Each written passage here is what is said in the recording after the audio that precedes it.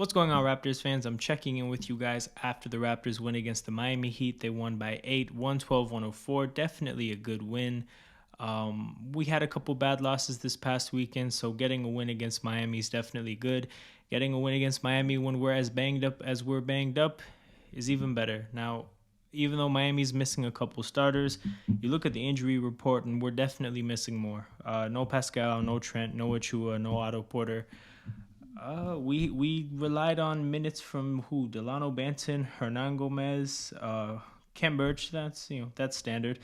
But yeah, 20 minutes from Koloko and Birch put together. 22 minutes from Wancho. 20 minutes from Banton. Definitely not an ideal rotation, but we got the job done. It was a pretty interesting game. In the first half, generally, I thought the Raptors were sloppy across the board. Offensively, turning the ball over, not getting the greatest shots. I think shot making bailed us out a little bit in the first half, but definitely not a good game in any particular aspect. Defensively, not doing a good job of keeping their guy in front of them. Miami got a lot of easy baskets, and they got a lot of baskets that you wouldn't expect. I saw Max Strus dunk on somebody. Too many easy looks at the rim, too many open looks from three. First half was not good, but that being said, yeah, the shot making bailed us out. It was only a 6-point game. It was 60-54, and that's really atypical from a Miami versus Toronto game. These are two teams that like to zone a lot. We've seen them zone each other. We've seen some 87, 85 final scores in this matchup. So to see 60-54 at halftime was pretty surprising, but I was hopeful ultimately that things would turn around. Jimmy Butler wasn't having a good game. Lowry made a couple shots in the first half, but he wasn't particularly standing out either. I figured things, with Miami's role players would slow down. But the second half ended up being pretty different than I would have expected altogether. Our defense completely was night and day. In the second half, the defense was a lot better. A lot of good rotations. Miami wasn't generating good shots as a whole. That's across the board for all their players. Nobody was generating good shots the same way they were in the first half. So defensively, things changed quite a bit. And offensively, we had a really good game from OG, a really good game from Chris Boucher again, a solid game from Fred. Thad Young chipped in with 12. We just got a lot more scoring, but really the point in the second half where we took the game away was a 21-0 point run. There was a 6.5 minute span, I think that was the length of the run, where the Raptors outscored the Miami Heat 27-0. So that's a kind of a stretch where it's hard for the other team to win, right? Like, you have to outscore the other team by 22 points or more outside of that 6-minute span to win the game. And ultimately, Miami didn't have a good enough game to overcome that kind of a run. So that's really where I think we took the game away. I think by the end of that run, we were up 10. And at some point, Miami brought it back to within 2.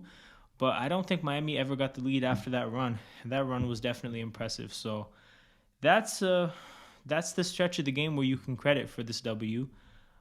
As far as individual performances go, Thad Young's the kind of a player that tends to not have a stat line, but he has a good performance. In this game, honestly, his stat line wasn't bad. 12 and 8, 6 of 9 shooting, 27 minutes. That was a pretty great game by Thad Young, I think. Obviously, him being the center in this kind of a game where there is no actual center on the court, he's under the basket and maybe isn't going to be the best rim protector or defensive center. But that being said, that's a smart player. He made his fair share of plays defensively and offensively, just within the flow of the offense, making the right play a lot. He had a good off-ball cut in the second quarter when the pass got into OG in the mid post. So all around good game from Thad Young. One of the rare good stat lines from him. Fred had a pretty steady game, 23 and 8, 7 for 21 shooting. Honestly, Fred had a just very regular Fred game. Pretty good game. Needed shots towards the fourth quarter.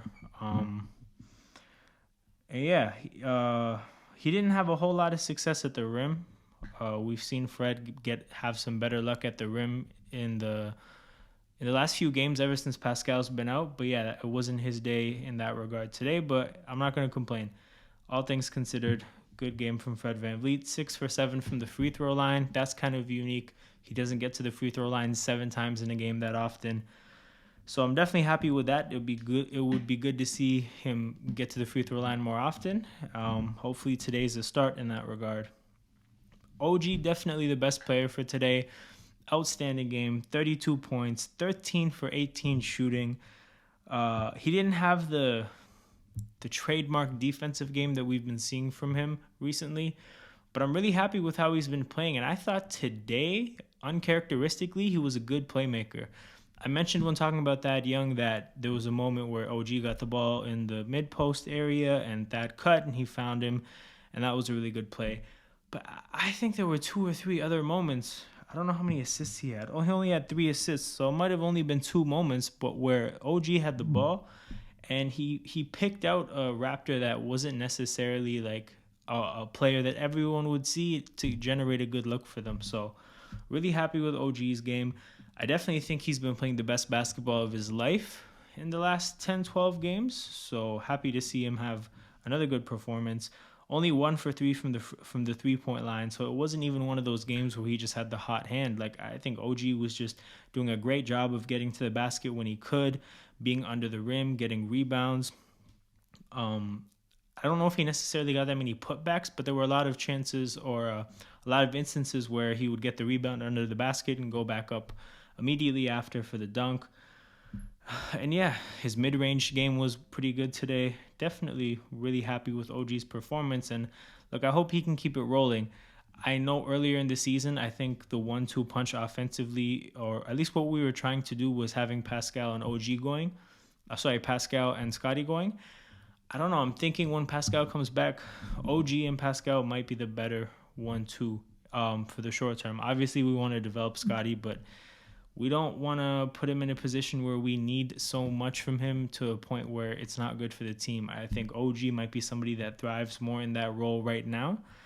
And who knows, Scotty might be a player that, as he grows as a player, grows into that role. But yeah, to see OG thriving with Pascal out, it's really encouraging. Like, this is a player I think a lot of Raptors fans really liked for a long time. But he never really had a sizable role in the team in terms of like responsibilities to score and just like being a high usage player. So to see what he's doing is really encouraging, and I hope that we get to see more of it as the season goes on. I hope that when Pascal comes back, his usage doesn't drop too dramatically, but obviously, you know, when a player like Pascal comes back at the level he's playing, inevitably OG will have to give some of his looks up. Scotty had a bit of an up and down game. The stat line looks good though. 19, 6 and 6, 9 for 14 shooting, 1 block, 1 steal. What I will say though is that he had a pretty good game shooting the mid range. His mid range shot was falling. And then yeah, everything else he did was standard Scotty stuff. The ball was in his hand a lot. He did a good job of finding his teammates. Defensively, again, ups and downs, but you can see that clearly he's not. I know they're saying he's healthy, but you can clearly see he's favoring one of his ankles. So you saw him limping again at some points in this game. You saw him kind of like kicking at his ankle to see if it was okay. You saw him limping off the court after the game. Clearly he's not okay.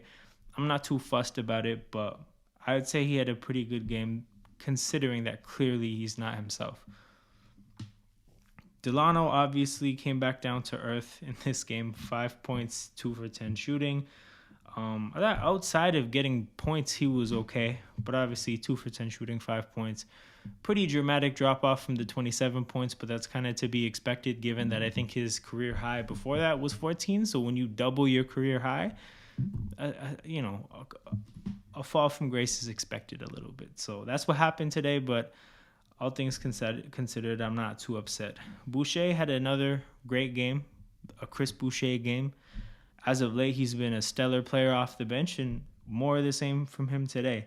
Only took 7 shots, made the most of his 7 shots for the most part. 6 for 7 from the free throw line. Oh no, he's 6 for 9. I don't know how many times he gets 9 free throws, but hey, the hustle play was unreal from him today. He had a 3 at the end of the game. I think there was about a minute to go at this point. It was a 5-point game that he made an 8-point game, I think. But yeah, big 3. Yeah, it made the game 110-102. So yeah, it was at the very end of the game. And honestly, he made the shot, and I was like, well, I think that's the biggest three of his career, or like the biggest shot of his career, because it was a dagger. Like this game ended with a Chris Boucher dagger. And I'm really happy for him that he gets that kind of a moment, because he's earned it and he deserves it. The way he's been playing, the way you can just visually see his effort levels have risen dramatically during this calendar year, 2022. So happy with Chris Boucher. So I'm glad they didn't take the point away, because they were reviewing to see whether the three was a two. But yeah, he ended up counting as a three, and that was the end of the game. Other than that, nothing too notable. Juancho 0 for 3 in 22 minutes. You can tell, obviously, Juancho's playing out of necessity. We don't have numbers. But boy, like, I don't love watching him play basketball. And again, it's early in the season. He hasn't got a lot of minutes. Guys need time sometimes, but I don't love watching Juancho play basketball. Coloco, 13 minutes, caught a couple of lobs on a pick and roll with Fred. That was cool to see. I think it's clear that his minutes are being kind of dropped back down a little bit. I think he played quite a bit during like a 5 or 6 game stretch. Ultimately, though, the rookie has some learning to do. So I think his minutes are being reined back so he can kind of concentrate on the small amount of time he is on the basketball court and really put some of the things he's learning into play. But, that being said, I think you'll probably see him revert back into a bigger role later on if more injuries happen again later in the season, or even if guys are healthy and look, he shows the improvement on the court. So the 13 minutes, it's nothing too crazy to me. Obviously, like, you see Juancho play 22 and you're like, Coloco could get some more minutes, but it is what it is. Young player. He'll definitely learn. He'll get better, and I think we'll see more from him later. Ken Burch, 7 minutes, not much to say. He has new hair, so that's cool. But yeah, good win by the Raptors. We get a couple of days off now. I actually think that there is... Yeah, so there's a couple of days off between Heat and Hawks, and then there's 3 days off between Hawks and Nets. So the Raptors get quite a bit of time to rest. Hopefully we can get some guys back. I think before the game against Atlanta, Pascal's going to get that 2-week checkup on the adductor strain. So who knows? Hopefully Pascal could be on the court the next time we play.